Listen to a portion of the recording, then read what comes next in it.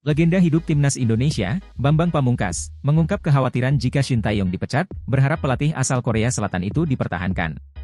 Progres Timnas Indonesia bersama Shin Tae-yong ternyata mendapat sorotan dari legenda sepak bola tanah air, Bambang Pamungkas. Bambang Pamungkas pun dibuat resah setelah munculnya isu pemecatan Shin Tae-yong usai menuai hasil buruk di kualifikasi Piala Dunia 2026. Bagi sosok yang akrab disapa BP itu, saat ini Timnas Indonesia sedang mengalami perkembangan di bawah asuhan Shin Tae-yong. Salah satu buktinya adalah lolos ke putaran final Piala Asia 2023, hal yang terakhir kali dicapai pada 2007 itu pun berstatus tuan rumah. Selain itu, terjadi peningkatan pada peringkat FIFA skuad Garuda, dari posisi 170-an bisa menanjak sampai ke 146 dunia.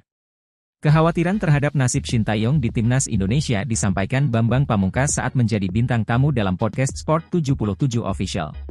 Dalam video yang diunggah pada kanal YouTube Sport 77 Official, Selasa, 28 November 2023, BP mengungkap kekhawatirannya itu. Saya melihat perkembangan Timnas, artinya kita setelah sekian lama nggak lolos di Piala Asia, kita lolos lagi, ucap Bambang Pamungkas. Walaupun beberapa event gagal, seperti di Piala AFF. Tapi kita bicara dalam gambaran lebih besar, menurut saya Timnas ini prosesnya sudah benar. Makanya saya khawatir kalau kemudian ada suara-suara yang mengatakan bahwa diganti ajalah Shin Tae-yong, jujur saya khawatir.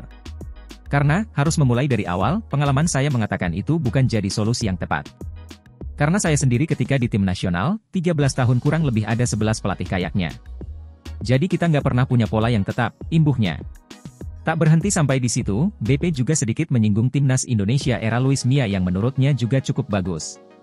Akan tetapi disayangkan mengapa tiba-tiba berhenti, hal itu membuat Timnas Indonesia harus mengulang proses dari awal lagi bersama ST.